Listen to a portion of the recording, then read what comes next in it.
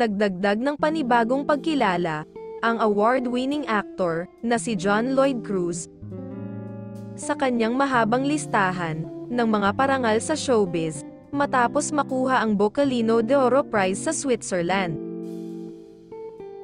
Nakuha ni John Lloyd ang premyong Bocalino d'Oro, na kilala rin bilang Golden Jug Award, para sa pinakamahusay na aktor, sa 76th Locarno Film Festival, para sa kanyang pagganap sa Essential Truth of Lake ni Lav Diaz.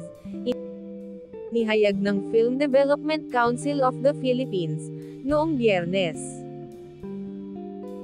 Napakalaki ng kagalakan at pagmamalaki na binabati ko ang isa sa mga pinakamahuhusay na artista ng ating bansa, si Ginoong John Lloyd Cruz, sa pagkapanalo ng premyong Bocalino d'Oro para sa Best Actor sa 76th LFF sa Switzerland, ani FDCP Chairman at CEO, Tirso Cruz III sa isang pahayag.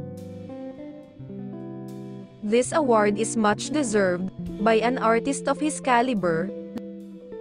Lloydie, congratulations and thank you for bringing honor to our country, dagdag pa ng FDCP Chair. Sinundan ni JLC ang yapik ni Hazel Orencia, na siyang unang Filipino actor na nanalo ng Best Actress Award sa 2014 edition ng Film Festival. Nagkataon namang nanalo si Orencio para sa isa pang obra maestra ni Lav Diaz, ang Mula sa Kung Ano Ang Noon.